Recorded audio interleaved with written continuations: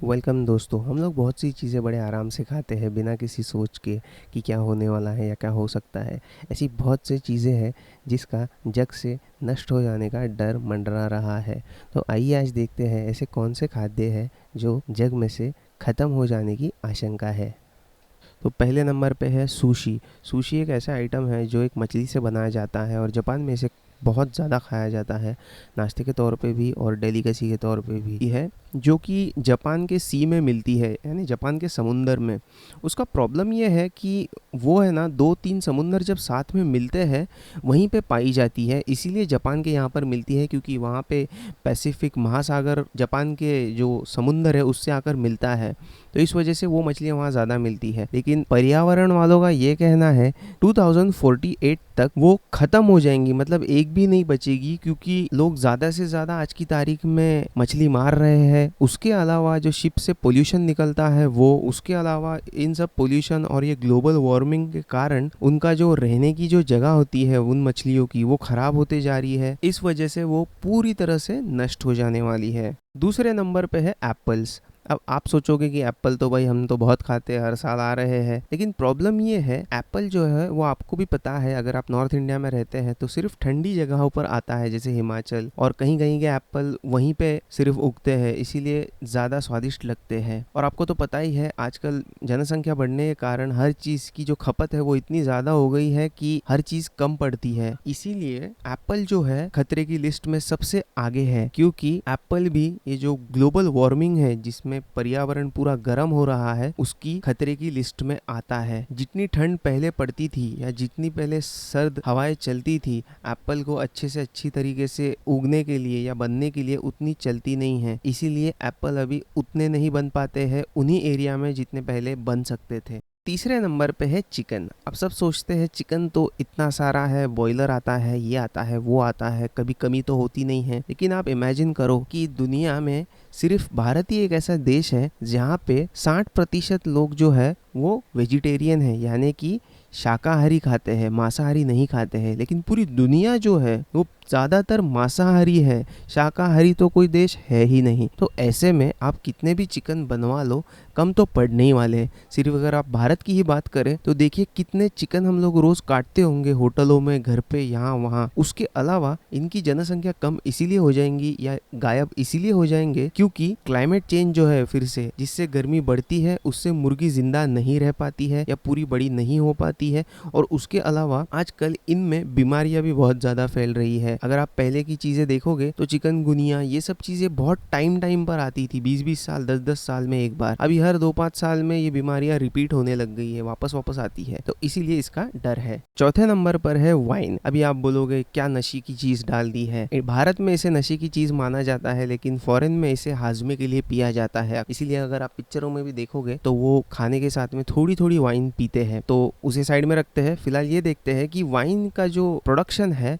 वो 85% तक गिर जाने वाला है अगले 50 सालों में। क्योंकि फिर से ये सेब वाली ही बात है, अंगूर जिससे वाइन बनती है वो अलग अलग तरह के अंगूर होते हैं, उनको पैदा होने के लिए या उनको बनने के लिए ठीक से ठंड लगती है। और आजकल आपको पता है ग्लोबल वार्मिंग की वजह से फिर से अंगूर जो है वो सही से बन नहीं पाते हैं या कम बनते हैं। और दुनिया की जो सबसे बेहतरीन जगह है नेपा और सोनोमा, जो कि इटली के आसपास या इटली में ही आते हैं, उनमें भी गर्मी बढ़ने के कारण उतने अच्छे अंगूर हो नहीं पा रहे हैं। इसी के साथ हम लोग बढ़ते हैं स्ट्रॉबेरीज अभी सबको पसंद होती है, और इंडिया में मैंने तो महाराष्ट्र में महाबलेश्वर नाम का एक हिल स्टेशन है वहीं खाई है, और कोई हिल स्टेशन पे मैं गया नहीं हूँ या मैंने खाई नहीं होंगी। अब इसका जो फंडा है, ये 85% जो है वो सप्लाई जो आता है दुनिया में वो फ्लोरिडा और कैलिफोर्निया से आता है। अब इसका भी फंडा वही है कि गर्मी इतनी बढ़ जाने की वजह से ये कैलिफोर्निया और फ्लोरिडा में, जो कि यूएसए में है, वहाँ पे इसका जो प्रोडक्शन है वो इतना कम हो गया है। इसीलिए अगर आप देखोगे पिछले कुछ सालों में स्ट्रॉबेरी, सेब, ऐसी चीजें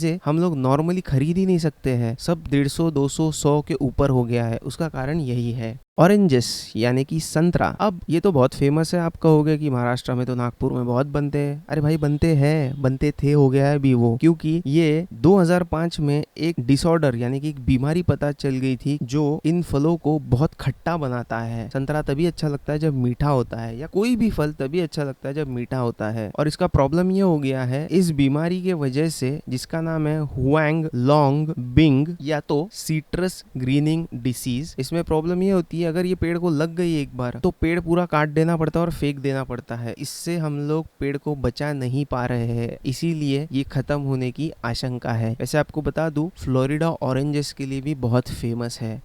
अब आप बोलोगे भाई आप तो झूठी बोल रहे हो, क्योंकि केले तो हमने इतने देखे हैं और इतने सस्ते भी आते हैं बाकी फलों के मुकाबले। हाँ, मैं मानता हूँ केले बहुत उगते हैं, इंडिया में भी बहुत उगते हैं और बाहर भी बहुत उगते हैं, लेकिन इसका प्रॉब्लम ये है, इसमें एक नई बीमारी फैल गई है जिसका नाम है ट्रॉपिकल रेस 4। और इससे क्या हो गया है पता है, साउथ एशिया, ऑस्ट्रेलिया, अफ्रीका और मिडल ईस्ट तक इसके जो खेती होती है केले की, वो सब सड़ने लग गई है। और केले की खेती जब सड़ती है तो सब कुछ फेंक देना पड़ता है, आप उसको वापस से इस्तेमाल नहीं कर सकते हो। तो इसीलिए केले भी खत्म होने का डर हो सकता है।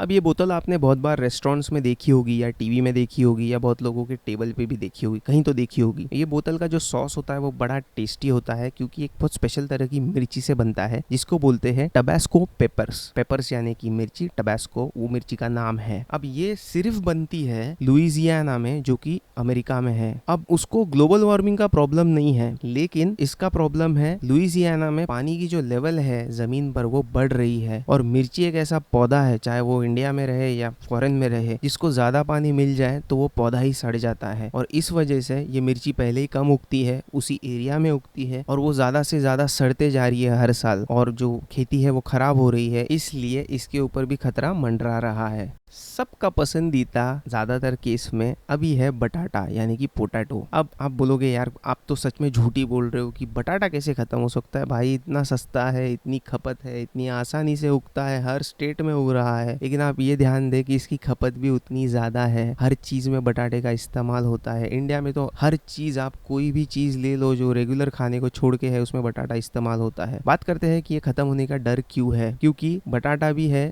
जो एक एग्रीकल्चर यानी कि खेती के तौर तरीकों से ही आता है, लेकिन खेती के तौर तरीके बदल जाने से और जमीन बंजर होने की वजह से बटाटा उगाना भी बहुत मुश्किल हो रहा है। और जितना हम लोग केमिकल और पेस्टिसाइड इस्तेमाल करके बटाटे को उगा रहे हैं, उतनी जमीन और बंजर होती जा रही है, और एक टाइम आएगा कि जमीन बटाटे को उगा ही नहीं पाएगी। आप अच्छी तरह से जानते हैं बटाटा जो होता है वो जमीन के अंदर ही उगता है। अब हम बात करते हैं मक्के की, जो थोड़ा सा भी नींबू और मिर्च के साथ खाया जाए तो भाई ठंडी में, सर्दी में तो मज़ा ही और हो जाता है उसका। लेकिन अगर आप देखोगे यूएसए में इसकी जो खपत होती है या बाहर के देशों में बहुत ज़्यादा है। ये लोग चावल और गेहूं कम खाते हैं, ये ज़्यादा खाते हैं, क्योंकि इसका इस्तेमाल जानवरों को खाना खिलाने में भी होता है। उसके अलावा मेज जो है यानी कि मक्का, इसका प्रॉब्लम ये है कि 1 डिग्री का भी अगर टेम्परेचर ऊपर नीचे हो जाता है, उसका जो उगने का तरीका है वो 7 से 8% नीचे गिर जाता है या लेट हो जाता है पूरा पकने के लिए या बनने के लिए। ग्लोबल वार्मिंग के इस दौर में कितना फर्क पड़ रहा होगा उसको। और अगर आप नंबर लेना चाहते हैं तो 4% ऑलरेडी इसकी जो उपजाऊपन है वो कम हो गया है पूरी दुनिया में।